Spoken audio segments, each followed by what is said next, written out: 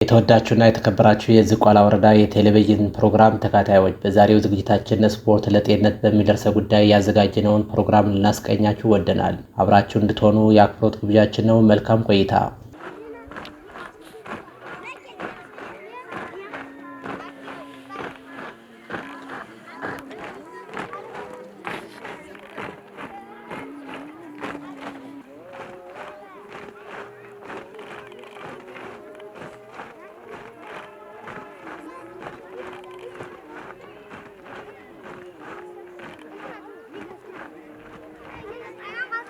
ዛሬ በዓለማችን በርካታ ደጋፊዎችንና ተከታዮችን እያፈራ የሚገኘው የስፖርት ዘርፍ ከጊዜ ወደ ጊዜ አሰራሩን በማሻሻል ለብዙሃን የስፖርት ቤተሰቦች ሁነኛ የፋይናንስ ምንጭ በመሆን ላይ ይገኛል።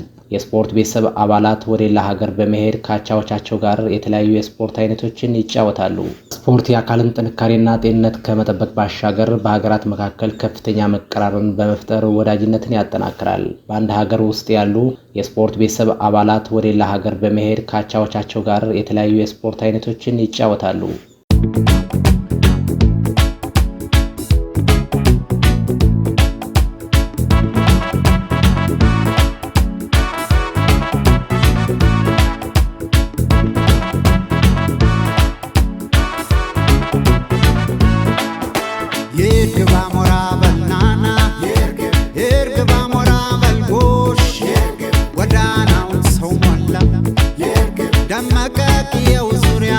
እነሱም ከሌሎች ብዙ ልምዶችን የመጋራት አጋጣሚዎችን ያገኛሉ። በዚህ ጊዜ ትውውቅን በመፍጠርና ጓደኝነትን በመመስረት ፍቅራቸውን ያጠናክራሉ። የሀገራቸውንም ገጽታ ሌሎች ያስታውቃሉ። ስፖርት አካልን ለማጠናከር፣ መንፈስን ለማዝናናት፣ አብሮነትን ለማዳበርና ሌሎች ተግባራትን ለማከናወን አቅምን የሚያጎለብት የአካል እንቅስቃሴ ነው። ስፖርት አንድነትን፣ አብሮነትና ጤንነትን ለማጠናከር ከፍተኛ ሚና እንዳለው ጠቁመዋል። የአንድነት ፕሮጀክት ሰልጣኝ ታዳጊ ወጣት ደሳለኛ ወጣ በሳምንት ረቡዕ፣ አርብና እሁድ የስልጠና ቀናቶች ናቸው ያሉ ሲሆን ስፖርት አንድነትን፣ አብሮነትና ጤንነትን ለማጠናከር ከፍተኛ ሚና እንዳለው ጠቁመዋል። የፕሮጀክቱ ስም አንድነት ይባላል። የፕሮጀክቱ የሚሰለጥበት ቀናት ደግሞ ሮብ፣ አርብ፣ እሁድ 3 ቀናት እንሰራለን። ከስፖርት የምናገኘው ጥቅም አንድነት፣ ለጤንነታችን አብረን ህብረትን ከጓደኞች ጋር አብረን እንዲሆን ይረዳናል። ስፖርት ጉዳይ ደግሞ ዝቋላ ወረዳ 4 ፕሮጀክቶች አሉ። 4 ፕሮጀክቶች አንድ ኳስ ብቻ ነው ያለው። አንድ ኳስ አብቃቅተን አንድ ኳስን በተለያየ ቀናት እየሰራን አንድ ኳስ ብቻ ነው ያለው። የሚመክራቸው አካላት ድጋፍ ቢያደርጉልን የተለየ ነገር እንሰራለን ብለን እናስባለን። ከሀምረቦ ፕሮጀክት ከ15 ዓመት በታች ከሚገኙ ታዳጊ ወጣቶች አንዱ የሆነው ዮሐንስ ዳኘው ስፖርት ታዳጊ ወጣቶች ካላስፈላጊና ካልባሌ ቦታዎች እንዲቆጠቡ እንደሚያደርግ በመግለጽ ጊዜያችንን በስፖርት ለማሳለፍ የግብዓት ችግሮችን የሚመለከታቸው አካላት እንዲያሟሉ በፕሮጀክት ስም ጠይቀዋል። ከኛ ወረዳ ፕሮጀክቶች ያው የምንሰጣቸው ጥቅሞች አሉ። በስፖርት አኳያ አሁን ለምሳሌ እዚህ የምንውለው ካልሆነ ቦታ ላይ እንዳሉ ያደርገናል። ከጓደኞች ጋር አብረን ዝምድነት እንድንፈጥር ያደርግልናል። ሌላዎቹ ጋር ስንውል ግን ከፕሮጀክት ወጥተን ስንውል ግን ያው ከጠላ ቤት፣ ከጆተኒ ቤትና ከተለያዩ ሱሰኛ ነገሮች ጋር እንድንቆጠብ ያደርግልናል። አሁን ከወረዳችን ያው የምንሰለጥናቸው ቀኖች አሉ። እነሱም ደግሞ ማክሰኞ፣ ሐሙስ፣ ቅዳሜ ናቸው። እነሱም ደግሞ ስንመጣ ያው የማቴሪያል ጉድለት በጣም አለና ያው ከነሱ አንድ ብንጠቅስ ደግሞ ኳስ አለ። ኳስ ያው ከዝቋላ ወረዳ ፕሮጀክት 4 ፕሮጀክት አለ። ግን ከነሱ ግን ያው የምንጠቀመው ኳስ ወይ 2 ነው ወይ 1 ነው። በሱ ተመሳሳይ ደግሞ ኮን 4 ፕሮጀክት ነው። ግን ከነሱ እንኳን ያው እንደምናየው ነው። ፕሮጀክት ላይ ኮን የለንም እና ያሉን 1 5 6 ናቸው። ሌላ ግን የለም። የምንሰጠን አካላት ካሉ ያው እንዲመጡ ባክሮ ይጠይቃሉ። የጥበብ በልጅነት አሰልጣኝና የሰርካለም ታደሰ አጠቃላይ ሁለተኛ ደረጃ ትምህርት ቤት የስፖርት መምህር አሰፋው ሚሰው ታዳጊ ወጣቶች ካልባሌ ቦታዎች ወጥተው የስፖርትና የአካል ብቃታቸውን በማሳደግ በስነ ልቦናም ሆነ በቴክኒክ ስራዎች ጠንካራ ሆነው እንዲያድጉ ጥረት እየተደረገ ይገኛል ይላሉ። የካንደር 13 በታች አመት የሆኑትን እያሰለጠን ይገኛሉ ማለት ነው። እነዚህ ልጆች ካልባሌ ቦታ ከመዋል እዚህ እየዋሉ የስፖርት ብቃታቸውን የአካል ብቃታቸውን ከስነ ልቦና አንፃር ጠንካራ እንዲሆኑ እየተገበርን ያለነው አንድ ጊዜን በስፖርት ማሳለፍ በራሱ ትምህርት ቤት ማለት እንደሆነ የሚገልጹት መምህር አሰፋው ታዳጊ ሰልጣኞች በትምህርታቸው ጎበዝ፣ ለቤተሰቦቻቸው ታዛዥ ሆነው ታንጸው እንዲያድጉ ከስፖርት ጎን ለጎን እያስተማር እንገኛለን ብለዋል። እዚህ መዋላቸው ራሱ አንድ ትምህርት ቤት ማለት ነው። በቤተሰብ የማይታዘዙ ካሉ እዚህ ሆነን እዛው እናስተምራለን። በትምህርት ደረጃ ጠንካራ እንዲሆኑ በትምህርታቸው እዚሁ እናስተምራቸዋለን። ሁሉንም ነገር ቤተሰብ የማይታዘዝበትም ጎበዞች እንዲሆኑ እዚሁ። ከዛ በተጨማሪ ያው በስፖርት ደረጃ ጠንካራና ጎበዞች እንዲሆኑ ቴክኒኮችን እናስተምራቸዋለን። ሌላው ወደ ፊትነሳቸው ጠንካራ እንዲሆኑ እያደረግን እንገኛለን ማለት ነው። ከዚህ በተጨማሪ ግን ያን በጣም ውጤታማ እንዳይሆኑ ያደርጋል ብዬ የምሰጋው ነገር ግን አንደኛ የኳስ እጥረት አለ። ኳስ ብዙ ጊዜ ልጆች ሊሰለጥኑ የሚችሉት በተደጋጋሚ የኳስ ንክኪ ሲያደርጉ በመሆኑ ያን ተግባራዊ ለማድረግ የአሰልጣኝ ትጥቅ፣ የሜዳ ጥረትና የኳስ እጥረት ማነቆ እንደሆነም ይገልጻሉ። በተደጋጋሚ ኳስ ንክኪ ሲኖር ነው። ኳስ ካልነካኩ በደንብ አንድ ጊዜ ብቻ ተነክታ ኳስ የምትለመድ አይደለች። ስለዚህ ብዙ ጊዜ እየተሳሳቱም ቢሆን በተደጋጋሚ እየነካኩ ቴክኒኩን መማር ይችላሉ። ስለዚህ ያ እንዳይሆን ግን ኳስ እጥረት አለ ነው። አንዲት ኳስ ናት ያለችን እዚህ ጋር ጥበብ በልጅነት አሁን የማሰለጥነው ጥበብ በልጅነት ነው ብያለሁ። አንዲት ኳስ ነው ያለችው። ያቺ ኳስ ግን እነሱ ለወደፊቱ ውጤታማ ይሆናሉ ወይ ሲባል ግን አይሆንም። በአንዲት ኳስ ውጤታማ መሆን አይቻልም። ስለዚህ ቢቻል ኳሶች በብዛት ቢገኙ የተሻለ ይሆን ነበር ነው። ሌላው ሜዳ የለም። የሜዳ እጥረት አለ። የሜዳ ችግር አለ። 4 ቡድን ሆኖ እዚህ ጋር ቢያንስ ከአንድ ቡድን ቢያንስ 30 አሰልጣኞች እንዳሉና በአራቱ ቡድን ጠቅላላ 120 አሰልጣኞች ከአንድ ሜዳ ማሰልጠን ከባድ መሆኑንም ያብራራሉ። ወደ 30 ፕሮጀክት ሰልጣኞች አሉኝ። 30ውም ሊሰለጥኑ ነው። የማይመች ነገር ነው ማለት ነው። ስለዚህ ሜዳ የማዘውተሪያ ስፍራ የለም። 30 በአራት ቡድን ሲታሰብ ወደ 120 አካባቢ ማለት ነው። ስለዚህ 120 ሁሉ አንዲት 100 በ110 የምትሆን ሜዳ ላይ 90 በ110 ከምትሆነው ሜዳ ላይ ማሰልጠን አይቻልም ማለት ነው። ስለዚህ ቦታው ማዘውተሪያ ስፍራ ሜዳ የለንም። የግብዓት እጥረት ደግሞ አለ። እንግዲህ ቅድም ባልኩት የኳስ እጥረት አለ። ከዛም በተጨማሪ የአሰልጣኝ ትጥቅ የለም። የአሰልጣኝ ትጥቅ የለም። እኔ ስመጣ በራሴ እንትን ነው የምመጣው። በቂ የሆነ እንትን አይደለም። ቢያንስ ለማሰራት እየተንቀሳቀስ ካቦራ እየተንከባለልክም ሊሆን ይችላል ማሰራት የሚገባንና የትጥቅ ችግር አለ። የልጆችም ጭምር የአሰልጣኝም የልጆችም የኳስ የኮንም ጭምር ችግር አለ። እንደፈለክ ለማሰልጠን 5-6 ቦታ ላይ ነው በግሩፕ ነው የምናሰልጥነው። በግሩፕ ለማሰልጠን የግድ ኮን ያስፈልጋል። በግሩፕ ለማሰልጠን የግድ ምን ያስፈልጋል? እንትን ኮን ኳስ ያስፈልጋል። ስለዚህ በየግሩፕ ኳስ ካላሰለጠን 30ውንም 15 ነው ብናጫውት አንዲት ኳስ ምንም ጥቅም የላትም የሚለው ላይ ነው። የዝቋላ ወረዳ ወጣቶችና ስፖርት ጽሕፈት ቤት የውድድርና ስልጠና ባለሙያ የሆኑት አቶ ደሳሌ ፍሬው እንዳሉት ጥቅል በወረዳችን 4 የታዳጊ ወጣቶች ፕሮጀክቶች ሲኖሩ ከ11 ዓመት እስከ 17 ዓመት በታች 120 አሰልጣኞች ይገኛሉ። ይህም ከሰው ኃይል እና ምቹ ሁኔታዎች ባለመኖራቸው ጸጽቃ ከተማ ላይ ብቻ መሰረት ያደረገ አንድ ማዕከል ብቻ እንዲኖር አድርጎታል ይላሉ። ወረዳችን 4 የፕሮጀክት ጣቢያዎች አሉ ወይም ደግሞ 4 ፕሮጀክቶች አሉ።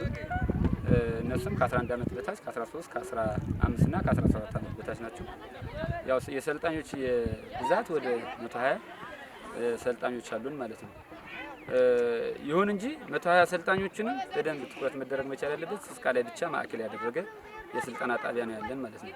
የመጀመሪያ ጸጽቃ ላይ ብቻ ያደረግነው አንድ ፕሮጀክት እንደ ፕሮጀክት ሲቋቋም ወይም ሲዋቀር የመጀመሪያው የሰው ኃይል አለው ወይ የሰለጠነ የሰው ኃይል አለው ወይ ብሎ መለየት መቻል አለብን። ሁለተኛ ጸጋው አለው። እዛ አካባቢ ለምሳሌ እግር ኳስ መክፈት ብንችል የሰለጠነ የስፖርት መምህር አለው ወይ፣ ለዛ የሚሆኑ ልጆች ሰልጣኞች አሉ ወይ ብሎ መለየት የግድ ስለኔ። ሁለተኛ ደግሞ የስፖርት መዋቅሩ እንደሚታወቀው የቀበሌ መዋቅር የለውም። ስለዚህ የስፖርት መዋቅሩ የቀበሌ መዋቅር በሌለበት ጸጽቃ ላይ እንኳን እየተቸገረን እዛ ብናረግ ትንሽ እንቸገራለን ከሚል እሳቤ ጸጽቃ ላይ ብቻ ያደረገ ወደ 120 ሰልጣኝ እንዳለን ሊያዝ ይገባል ማለት ነው። ሰልጣኞችን ማሰልጠኑ ፋይዳው ምንድነው የሚለውን ነገር በደንብ ማየት ይቻላል። የመጀመሪያው እንደሚታወቀው ሰው ከስፖርቱ ላይ ሲውል ንቁ ይሆናል፣ ጤናውን ይጠብቃል፣ ለቤተሰብ ይታዘዛል፣ ማህበረሰቡ ጋር የተሻለ ተግባቦት ይፈጥራል ማለት ነው።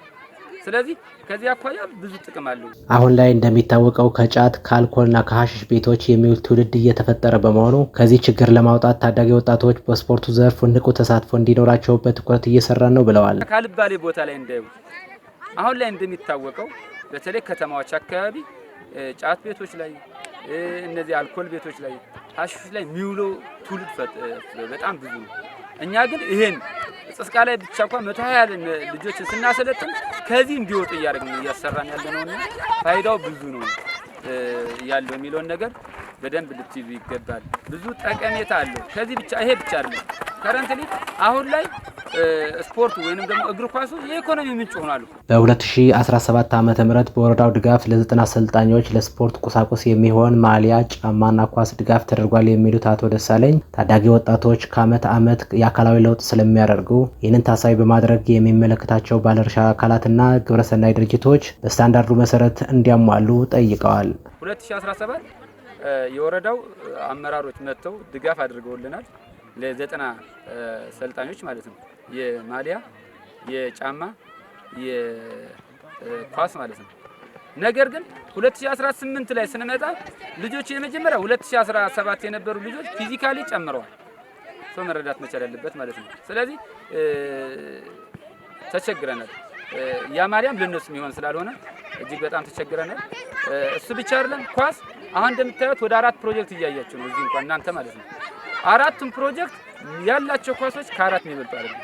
ከስታንዳርዱ አኳያ ትክክል አይደለም። የበጋ አሰልጣኝ ራሱ በዛ መንገድ መሆን መቻል ያለበት ስለሚታወቅ ቢያንስ ቢቻል 30 አሰልጣኞች 30 ኳስ ነው የሚለው። ካልሆነ ግን አንድ ኳስ ለ2 ሰልጣኝ በሚል ንጽጽር ነው የፕሮጀክት ሰልጣኝ የሚባለውና እሱን ያሟላ አይደለም። ስለዚህ የሚመለከታቸው አካላት የመጀመሪያ ቅድም ከጠቀሜታው አኳያም ስለተናገርኩኝ አልባሌ ቦታ ላይ እንዳይውሉ ከተፈለገ ልጆቻችን ያልሆነ ቦታ ላይ ከሚውሉ ማዘውተሪያ ስፍራ ላይ እንዲውሉ ምርጫ የምታደርጉ ከሆነ ግብዓት ማሟላት መቻል አለበት ነው። ስለዚህ የሚመለከታችሁ የመንግስታዊ ያልሆኑ ድርጅቶች በተለይ ኤንጂኦዎች ህፃናትን የሚመለከታችሁ አካላት መጥታችሁ የዝቋላ ወረዳ ወጣት ስፖርት ጋር በመተባበር ያው ይሄን ለማድረግ እኛ ብዙ የሚባል ለፓድ ሰጥተናል፣ ፕሮፖዛል ማለት ነው። ለኤፍኤች እያለ ሰጥተናል፣ ለዋልማ ሰጥተናል። ስለዚህ ይሄን አይታችሁ ቢያንስ የተሻለ ትውልድ እንዲፈጠር ትውልዱም አገርን የሚጠቅም ነገር በፖለቲካው እንዲሳተፍ በኢኮኖሚ እንዲሳተፍ ጤናውን የሚጠብቅ ትውልድ እንዲፈጠር ከተፈለገ በማቴሪያል መጥታችሁ እንድታግዙ። የዝቋላ ወረዳ ዋና አስተዳዳሪ አቶ ታፈረ ሚሰነ እንዳሉት በወረዳችን በስፖርታዊ እንቅስቃሴ እስከ ክልልና ፌዴራል ደረጃ የሚያስጠሩ ወጣቶችን እያፈራ እንገኛለን። ተሳትፏቸውን በማሳደግ የበለጠ ውጤታማ እንዲሆኑ በማድረግ አኳያ በበጀት ጥረት በሚፈለገው ልክ ድጋፍ እየተደረገላቸው ነው ማለት አይቻልም ብለዋል። እንግዲህ በወረዳችን አጠቃላይ የስፖርት እንቅስቃሴውን በተመለከተ ስናየው እንደኛ ወረዳ ያው ወጣቶች የተሻለ በባህላዊም በዘመናዊም ጨዋታዎች የተሻለ እንቅስቃሴ በማድረግ ይታወቃሉ። በዞናችን ደረጃ የሚካሄዱ ጨዋታዎች ላይ የተሻለ ተሳትፎ በማድረግ የተሻለ ውጤትን በማምጣት ያው የኛ ወረዳ ይታወቃል ማለት ነው። ነገር ግን ደግሞ ይህንን ስራ በደንብ የበለጠ ለማጉላት የተወሰኑ ችግሮች በወረዳ ደረጃ አቅም በላይ የሆኑ ችግሮች አሉ። እነዚህም የበጀት ችግሮች ናቸው። እንግዲህ እንደ ወረዳ አስተዳደር ምክር ቤት ያው ስፖርት ጽሕፈት ቤቱ በግብዓትም የተሟላ የሚሆን ወጣቶችም የተሻለ ድጋፍ አግኝተው የሚፈለገውን ስራ ለመስራት እንዲችሉ ለማድረግ ያው ጥረት ይደረጋል። ቢሆንም ግን በቂ የሆነ እንደግፋለን፣ ግን ደግሞ በቂ ነው ብለን አናስብምና እንደ አስተዳደር ምክር ቤት ያው በባህላዊ ጨዋታዎችም በዘመናዊ ጨዋታዎችም ወጣቶች እንዲሳተፉ ትሬኒንግ እንዲያደርጉና የተለያዩ ስራዎችን እንዲሰሩና የተሻለ ውጤት እንዲያመጡ ያው በአስተዳደር ምክር ቤት ያው እያየን እንደ ችግራችን በጀት እንመድባለን ማለት ነው። በዚህ መሰረት እንግዲህ የተሻሉ ስራዎችም አሉ ብዬ መናገር እችላለሁ። እንደኛ ወረዳ ለምሳሌ በዞን ደረጃ መጫወት ብቻም ሳይሆን ከዞናችንም የተሻሉ ስፖርተኞችን በማስመረጥና ሌላ ቦታ ላይ የተሻለ ቦታ ላይም ሄዶ በክልል ደረጃ በፌዴራል ደረጃ የሚሳተፉ ወጣቶችን ሁሉ የፈጠርን መሆኑ ይታወቃል ማለት ነው።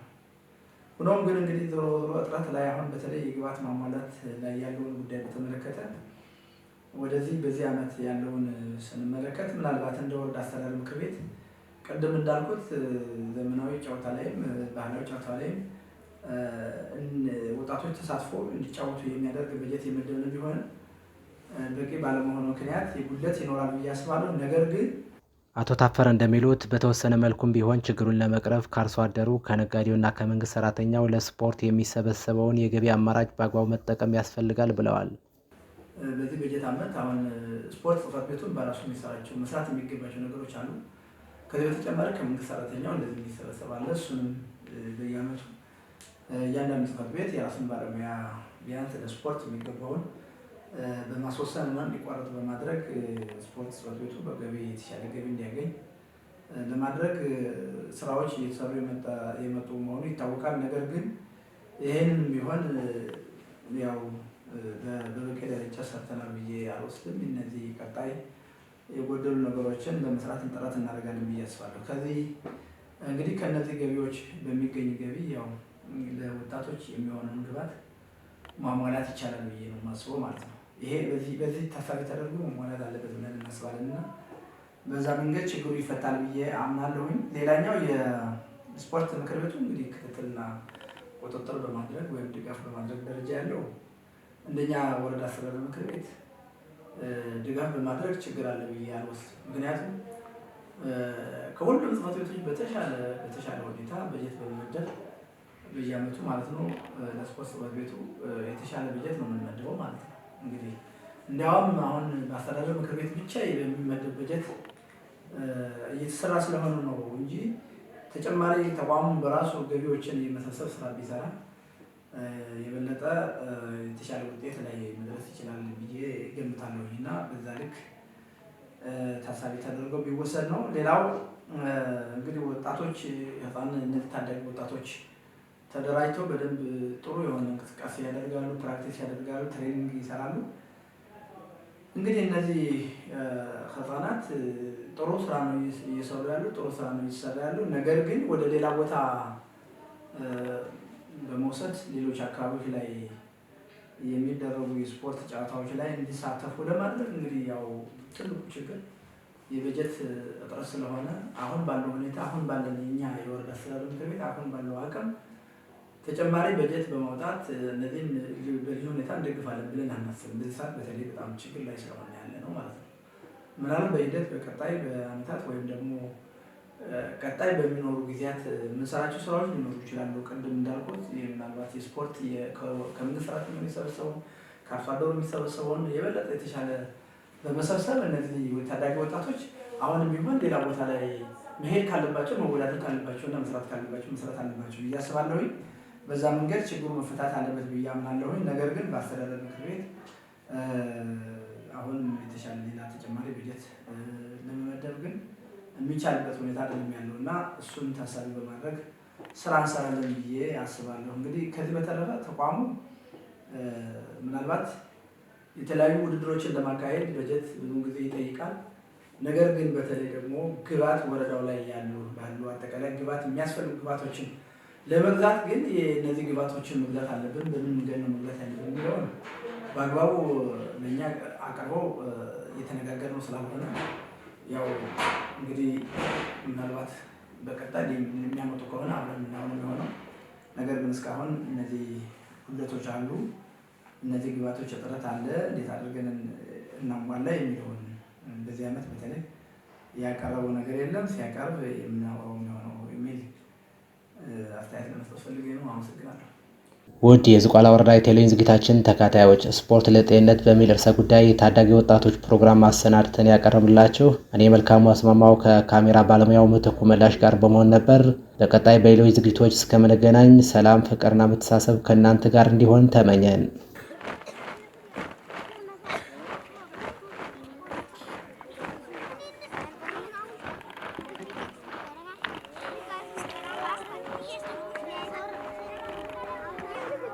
ማለት ነው። እንደዚህ